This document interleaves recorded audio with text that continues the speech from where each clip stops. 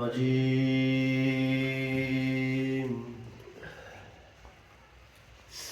بسم الله الرحمن الرحيم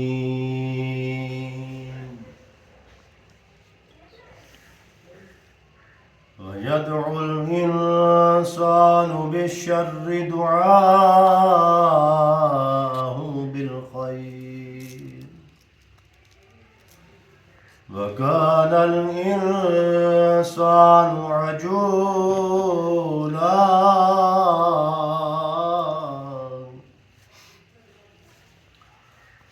وجعلنا الليل والنهار آيتين فمحونا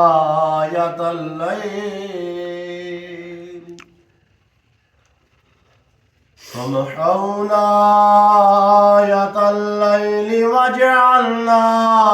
آية النهار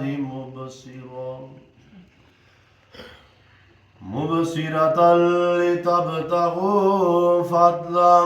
من ربكم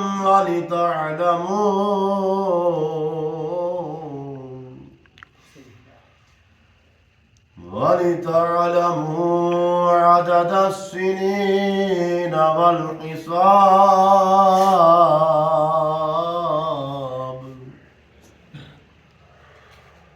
وكل شيء فصلناه تفصيلا وكل إنسان ألزمناه طائره